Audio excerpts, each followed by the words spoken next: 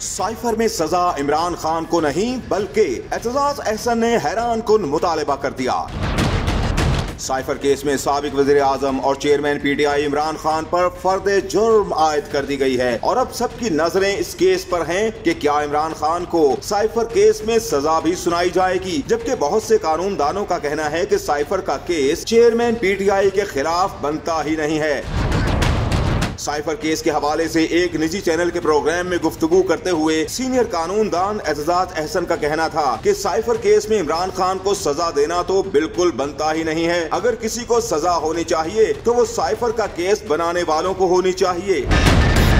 एतजाज अहसन ने कहा, मैं ये इसलिए कह रहा हूँ क्योंकि आइन के तहत वजीर आजम को ये इख्तियार है कि वो जिस डॉक्यूमेंट को चाहे अवाम के साथ शेयर कर सकता है और अगर कोई सुपर पावर उसको धमकी देती है तो उसका फर्ज है वो अपनी अवाम के साथ शेयर करे। इमरान खान ने कोई न्यूक्लियर राज फाश नहीं किया।